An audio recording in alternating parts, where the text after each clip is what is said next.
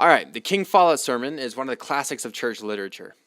It was given by the prophet Joseph Smith on April 7th, on 1844, and it was a funeral address to the death of Elder King Follett, who is a close friend of the prophet's. He died in an accident. He was actually building a well when he died. So this death caught everyone by surprise, and Joseph Smith was quite sad himself, even though he'd been around a lot of death in his time. The reason the King Follett sermon is so famous, I guess, is because of the doctrines that it's teached, or that are teached inside of it. The format goes as follows. He talks about first the character of God, the importance of questioning who God is. He talks about God as an exalted man, that he is like us and that we can become like him. He talks about the privilege of religious freedom. Remember, this is also at the time 2 months before Joseph Smith was martyred, so persecution against the church was pretty strong at this point. He also talks about eternal life, to know God and Jesus Christ.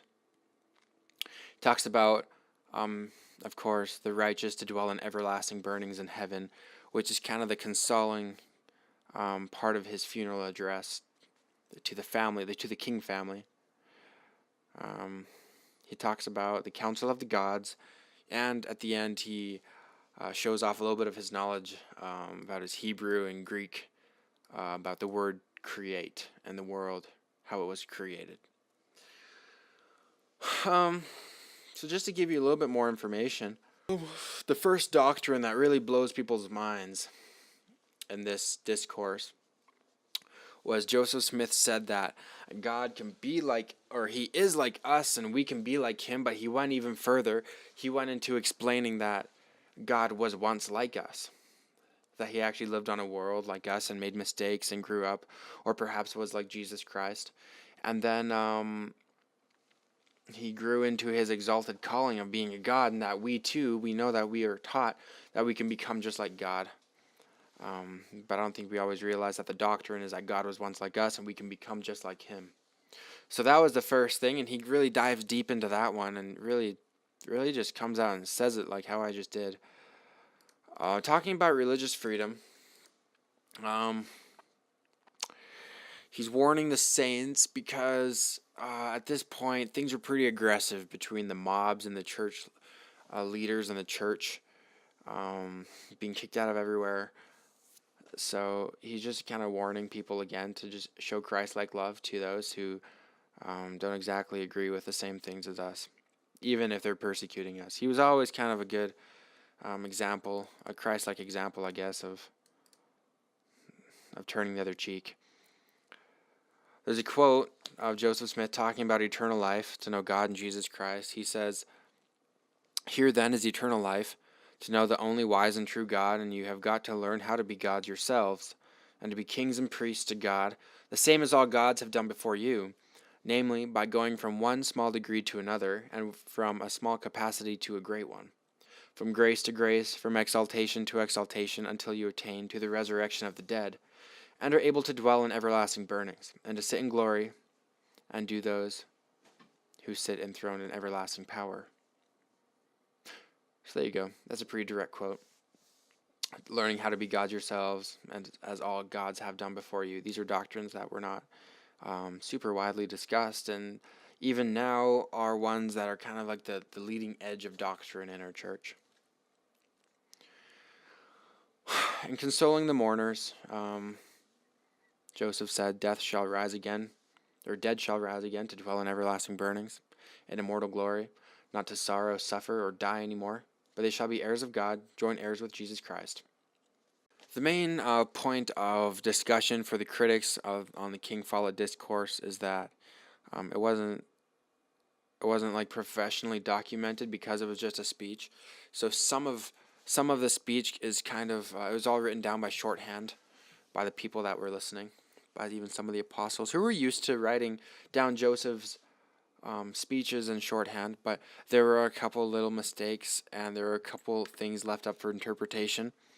And since he died so quickly after, just 2 months after this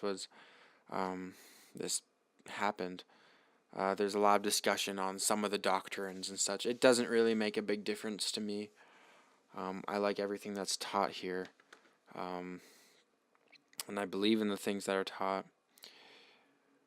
But it doesn't. I don't know. It just doesn't affect me very hard that there are a couple of little discrepancies in the doctrines, because I don't know. We all, as a church, agree on a set of doctrines now. I always loved Joseph Smith's speaking, though.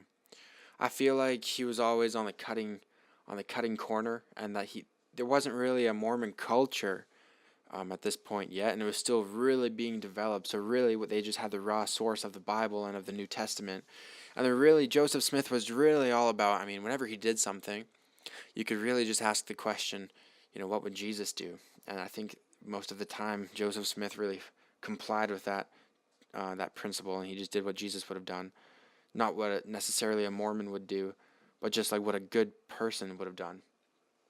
And I think that's really significant, actually. That's why I give credit to so much of Joseph Smith's words. I've studied a lot in his life during my mission, actually. So I actually really respect him as a leader and as a prophet and as an inspired man.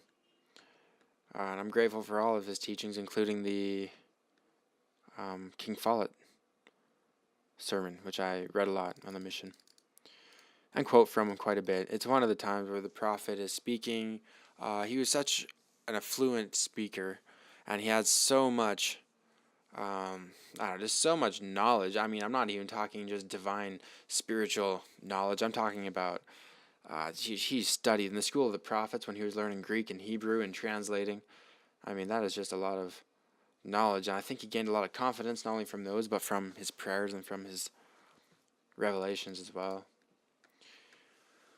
So this is my take on the King Follett discourse. I hope that all made sense, and I hope that would give anyone who wants to know about it an understanding or a little bit of depth to the prophet's life at this time, to the saints' circumstances at this time, and to who King Follett was and how this came about at a funeral.